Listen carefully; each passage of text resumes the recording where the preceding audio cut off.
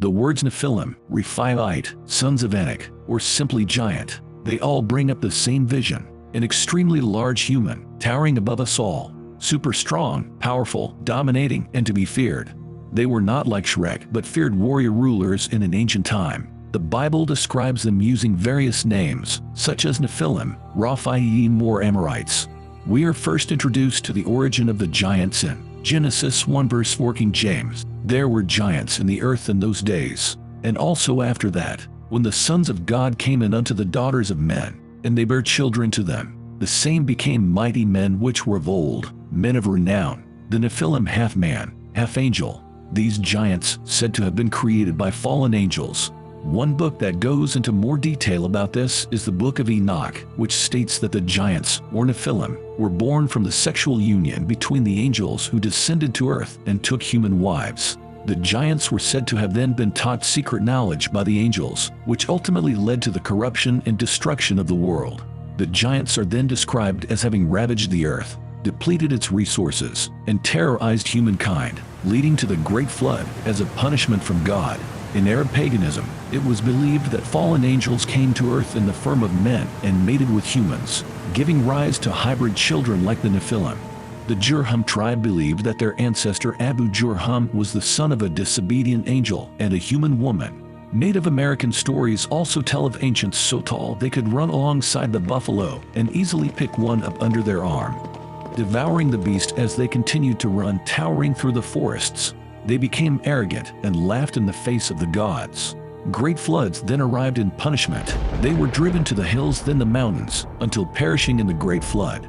The word Rephaim has two distinct meanings in Hebrew. One, it refers to departed spirits whose dwelling place was Sheol, like a ghost. Secondly, it is giants or lofty men, and are distinguished by their enormous stature. Nephilim is loosely translated as giants. Some Jewish explanations interpret them as hybrid sons of fallen angels. The Bible also tells us of the Anakim, who were said to live in several cities in the Promised Land, including Hebron, Debir, and Anab. They were to be tall and powerful, causing fear and intimidation among the Israelites. The Israelites, of course, encountered the Anakim while attempting to conquer the Promised Land. The Anakim were ultimately defeated by Joshua and his army.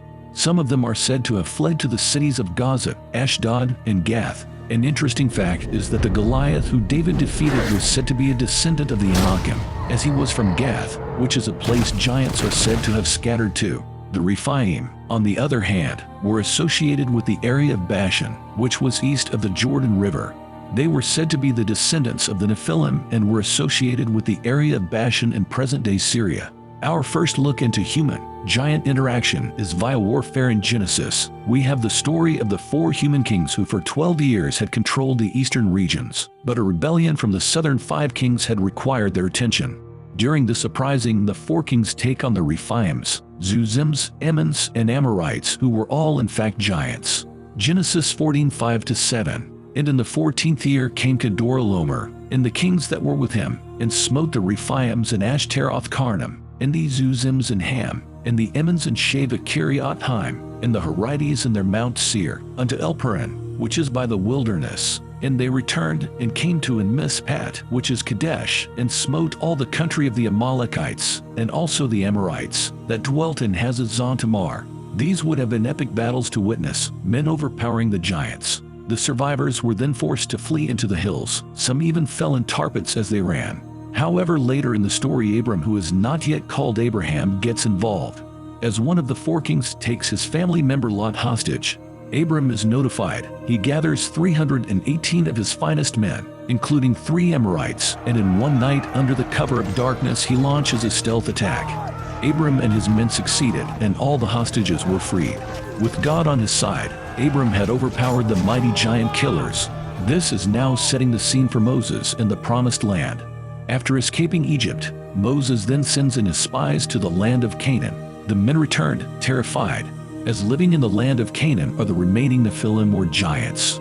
Numbers 13 verse 28. The people who dwell in the land are strong. The cities are fortified and very large. Moreover, we saw the descendants of Anak there. What these 12 men saw, it must have shaken them to the core. In fear they returned and spoke of a beautiful place, but truly believed they would never overcome the giant men living there.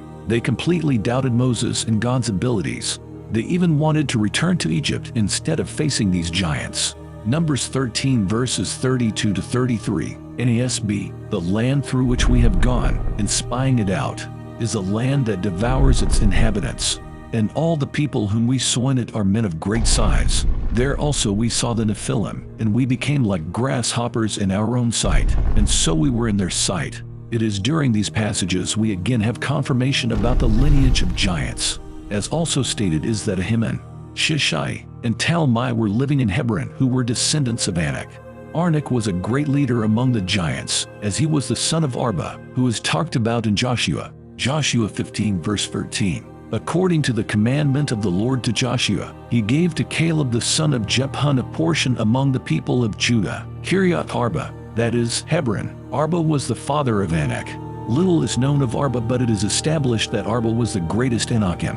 Having cities named after him, you can only imagine how incredible and powerful he must have been. The Nephilim were living in Canaan, but they are also called Amorites. We have a verse from Amos, and God clearly states the size of the Amorite. "Yet it was I who destroyed the Amorite before them, whose height was like the height of the cedars, and he was as strong as the oaks. Yet I destroyed his fruit above and his roots beneath.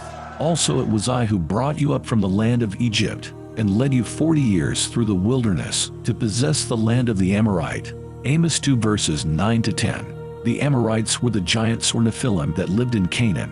No matter how giant or fierce they were, they would prove to be no match for the Israelites with God on their side. After spending 40 years in various places in the desert due to their doubting of God, it was now time for them to claim the promised land. Before battling the last Rephaim, God has another victory in store for Israelites. They wanted to pass through the land belonging to Sihon, king of Heshbon, another giant. Deuteronomy 2 verse 30. "But Sihon king of Heshbon would not let us pass, because the Lord your God had made him stubborn." The Lord wanted you to defeat Sihon, and now this has happened. King Shion was defeated with God's blessing. The Israelites carried on towards the promised land, only to now stumble into the mighty King Og. King Og was an infamous Amorite king who ruled over 60 high-walled cities in the region of Bashan. He ruled over the northern half of the region of Gilead and all of Bashan. Bashan was a fruitful and east of the Jordan River. He was now the last of the race of giants called the Rephaim. Deuteronomy 3, "So the Lord our God gave us Og king of Bashan and all his army. We defeated them and left no one alive. Then we captured all of Og's cities, all 60 of them, and took the whole area of Argob, Og's kingdom in Bashan. All these were strong cities, with high walls and gates with bars, and there were also many small towns with no walls. We completely destroyed them, just like the cities of Sihon king of Heshbon. To make sure we all knew exactly how large he was, included in the Bible are his bed measurements, and that the Israelites had it on display." Deuteronomy 3 verse 11. "Only Og king of Bashan was left of the Rephaites. His bed was made of iron, and it was more than 13 feet long and 6 feet wide. It is still in the Ammonite city of Rabbah." The history of the Israelites shows us there are no obstacles too large that God cannot overcome. No matter what is happening in your life, God is there. Matthew 19 verse 26. "But Jesus beheld them, and said unto them, With men this is impossible, but with God all things are possible." He is waiting for you to rest in his strength. There is no clear story detailing exactly how they killed King Og, but it was God's promise. There are many promises in your life to be fulfilled. Seek encouragement when you feel like there are too many giants in your life. Joshua 1 verse 9. "Be strong and courageous. Do not be frightened or dismayed, for the Lord your God is with you wherever you go."